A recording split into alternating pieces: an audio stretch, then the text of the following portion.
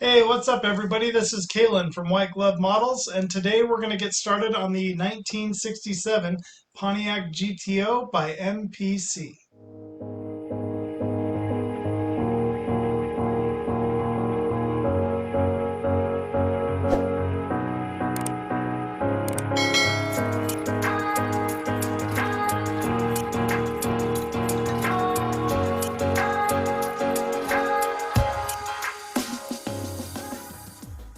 Here we have the 1967 Pontiac GTO.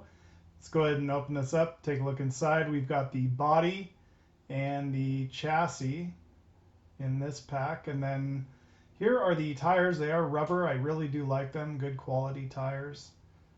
And you've got your clear parts, and we have the chrome pieces, the tires, bumpers, and parts to the engine. And then you've got the rest of the interior here and a couple of hoods. There are two different options to build this kit. I'm going to go with the stock option. Here are the instructions and the decals. Let's go ahead and open these up.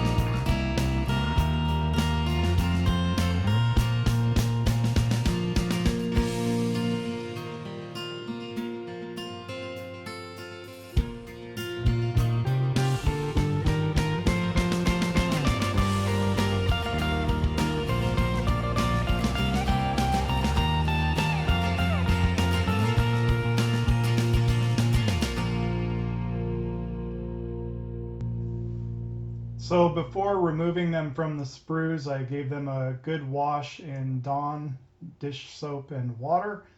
And there was a lot of cleanup on these parts. There's a lot of flash. I mean, you can't expect too much. It's a pretty cheap, inexpensive kit. But I cleaned all the parts up pretty good here, and the fit was a little weird. There was a lot of different gaps, and they didn't quite go together as well as I wanted. I'm using Tamiya extra thin cement. This is the quick setting. Seemed to work best on these parts. As you can see, they didn't line up very well either. There was a big ledge on the top of the engine there, and then also down in the bottom where the oil pan goes. But you'll see me fill those later, and I will be using extreme power medium. It's a little bit thicker, and it kind of filled in some of those gaps. And this is the transmission. It fit a little bit better, but it didn't actually have the slots that were supposed to line up together, so I had to do it as best as I could. And then I put a lot of cement in there. The actual half circle, the part that meets up with the engine, had too much plastic in there. I guess when it was formed, it just had a lot of plastic. So here I'm just removing that excess and recreating that half circle so that it fits into the engine better, and then just cleaned it up by sanding it.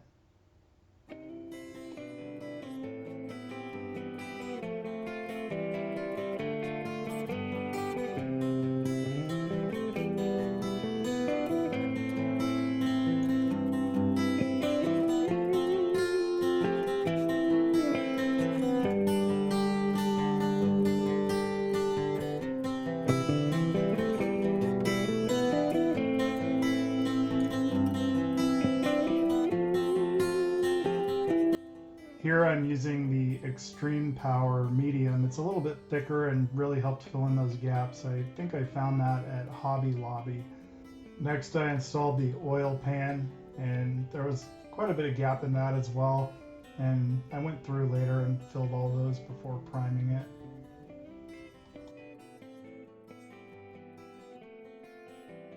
Here we have the two different wheel options. I chose to go with the stock wheels. I just feel that they look a little bit nicer.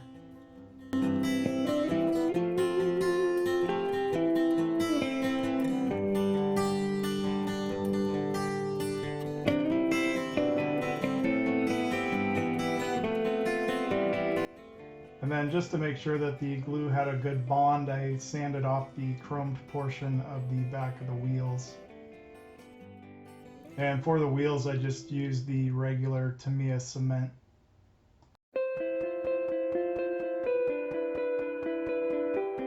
And while waiting for the wheels to dry, I just worked on the engine a little bit more and cleaned it up.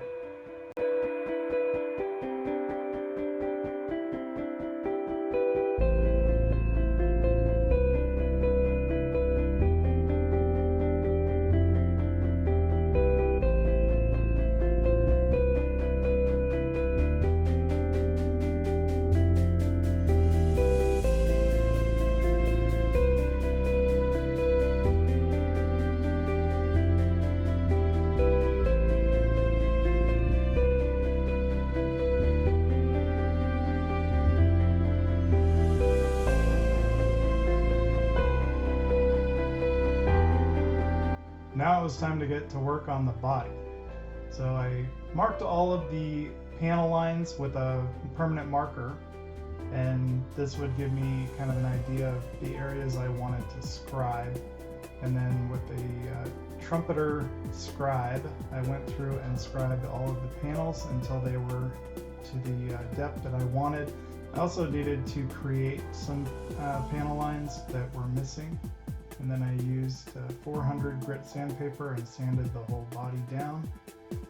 And then the headliner had these mold marks on it, so I sanded those down and got rid of them just because I want the headliner to look really good when it's done, because, you know, at least I'm going to know it's there. After all the parts were sanded, I went through and wiped everything down with alcohol wipes and then blew it off to make sure there was no dust or anything. Then I used a Vallejo surface primer, which I'll come to regret, and I will be using the Posh Talon airbrush. So basically right from the get-go I was having a lot of flow issues with the primer, and I'm not really sure what was causing them.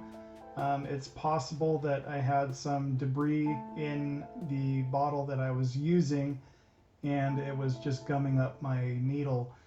But basically I kept fighting with it and trying to get at least the first coat on, and then later on I was able to actually get it to start spraying right. What I did was I just emptied out the gun, cleaned it out a little bit, and then started using the Vallejo primer straight out of the Vallejo bottle. After I did that, it started spraying really well and I had good steady flow, so I went ahead and put a second and third coat on all of the parts. I believe I was running at about 25 psi and ended up pretty happy with the results, at least on most of the other components. The body I wasn't too thrilled with. I need to actually go back and sand a lot of the body down, and then I will come back and prime that with a Badger primer, and it will fill in some of the areas that I wasn't too happy with.